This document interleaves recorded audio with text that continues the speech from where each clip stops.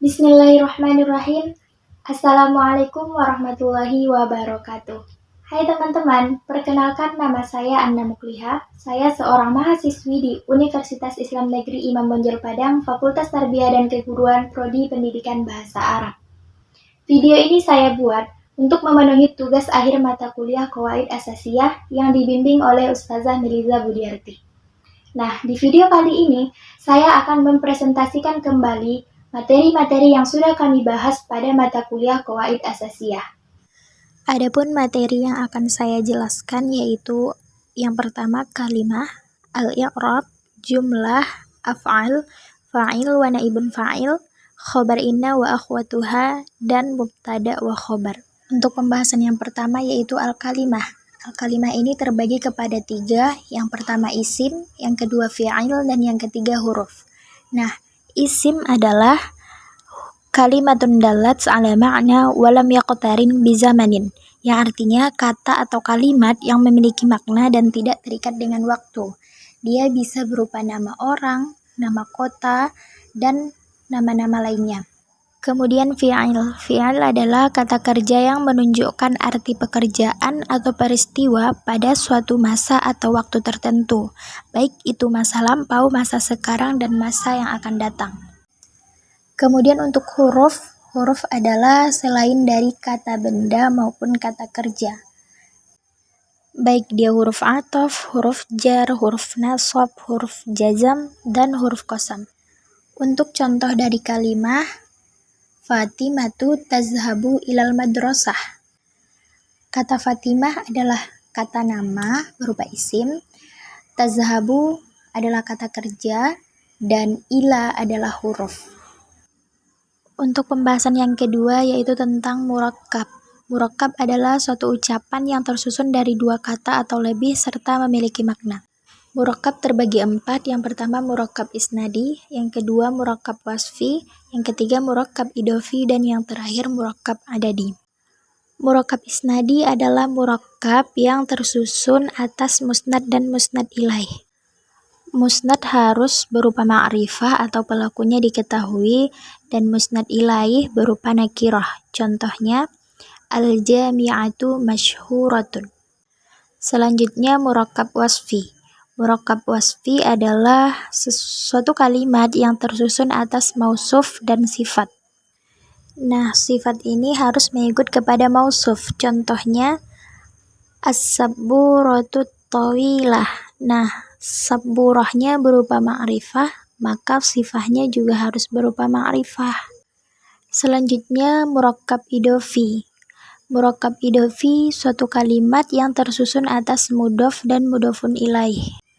Untuk ketentuan dari mudhof adalah harakatnya boleh fathah, kasroh, dan dhammah, yaitu dengan mengikut dengan kata sebelumnya. Dan mudhof ini tidak boleh berharakat tanwin.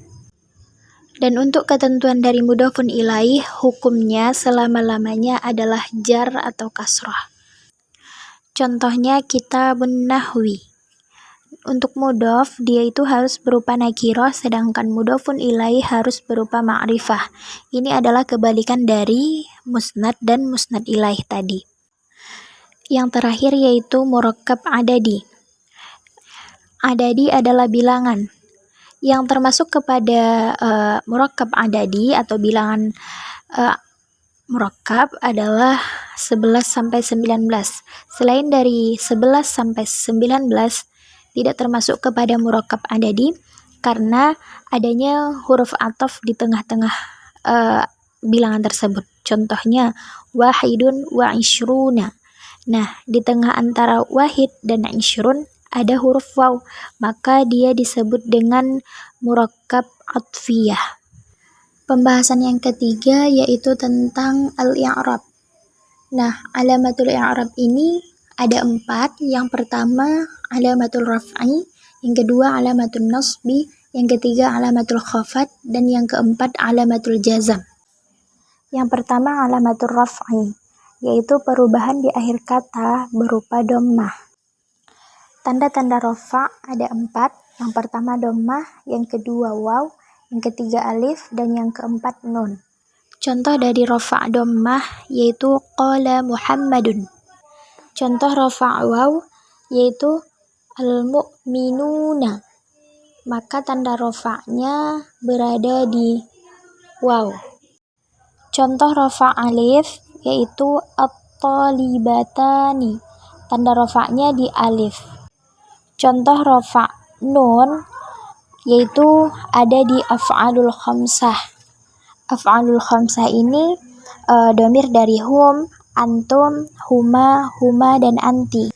Yang kedua alamatun nasbi, yaitu perubahan di akhir kata berupa fathah. Tanda-tanda nasbi yaitu fathah, alif, kasrah, ya, dan hazaf nun. Contoh tanda-tanda nasab di fathah, wattaqullaha. Contoh tanda nasab di alif yaitu pada asmaul khamsah, yaitu abuka, ahuka, hamuka, fuka, dan zumalin.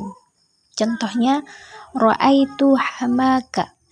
Contoh tanda nasab di ya yaitu nunjil mu'minina, yaitu tandanya dia. Contoh tanda nasab di kasrah khalaqas samawati. Dan contoh tanda nasab di hazaf nun, jika ada kata an, lan, maka ditambah dengan af'alul khamsah, maka nunnya itu dihilangkan. Contohnya yang awal katanya taf'alani, maka jika didahului dengan kata an, maka dia menjadi antaf'ala.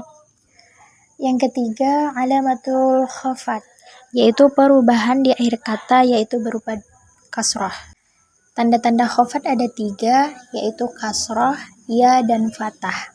Contoh tanda khafat kasrah bismillahi, karena didahului huruf jar di depannya maka Allah menjadi Allahi. Contoh tanda khafat dia wa kullil mu'minati. Dan contoh tanda khafat di fathah yaitu wa auhayna ila Ibrahim. Dan yang terakhir alamatul jazam. Tanda-tanda alamatul jazam ada sukun dan hazaf nun. Tanda alamatul jazam di sukun yaitu pada fi'il mudhari yang sahih. Contohnya lam yadrib. Nah, asal katanya yaitu yadribu, dan jika didahului kata lam maka dia menjadi lam yadrib. Contoh tanda alamatul jazam di hazaf nun yaitu lam yazhabu. Asal katanya yaitu yazhabuna, maka jika didahului kata lam maka menjadi yazhabu dan ditambah alif di belakang. Pembahasan selanjutnya yaitu tentang jumlah. Jumlah terbagi kepada 2, yaitu jumlah ismiyah dan jumlah fi'liyah. Jumlah ismiyah adalah jumlah yang tersusun atas mubtada dan khobar. Contohnya, al-muslimu yazhabu ilal masjid. Al-muslimu adalah mubtada dan yazhabu adalah khobar. Kemudian jumlah fi'liyah. Jumlah fi'liyah ini tersusun atas fi'il dan fa'il. Nah, fi'ilnya dulu atau pekerjaannya dulu, baru fa'ilnya atau pelaku. Contohnya, yazhabul muslimu ilal masjid. Yazhabu adalah fi'il dan muslimu adalah fa'il. Pembahasan selanjutnya yaitu tentang mubtada dan khobar. Nah, mubtada adalah isim marfu' yang diterangkan dan letaknya itu di awal kalimat. Sedangkan khobar adalah isim yang menerangkan mubtada tersebut sehingga maknanya menjadi sempurna.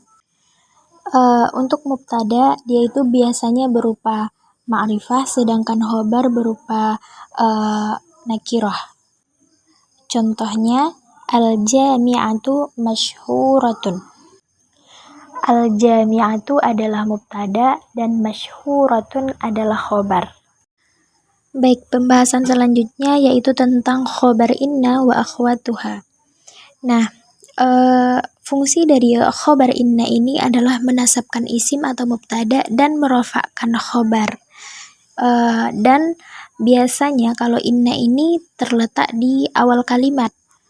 Contohnya, innad dina indallahil Islam. Dan untuk pembahasan yang terakhir yaitu tentang af'al. Yang pertama, af'alul muqarabah, yang kedua af'alul syura', dan yang ketiga af'alul raja'. Af'alul muqarabah ada 3 kata yang menggambarkan tentang af'alul muqarabah, yaitu kada, karoba, dan ausyaka.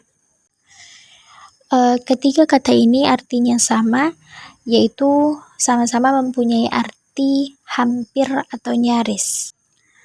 Contohnya, kadatif la yabki, yang artinya anak itu nyaris terjatuh.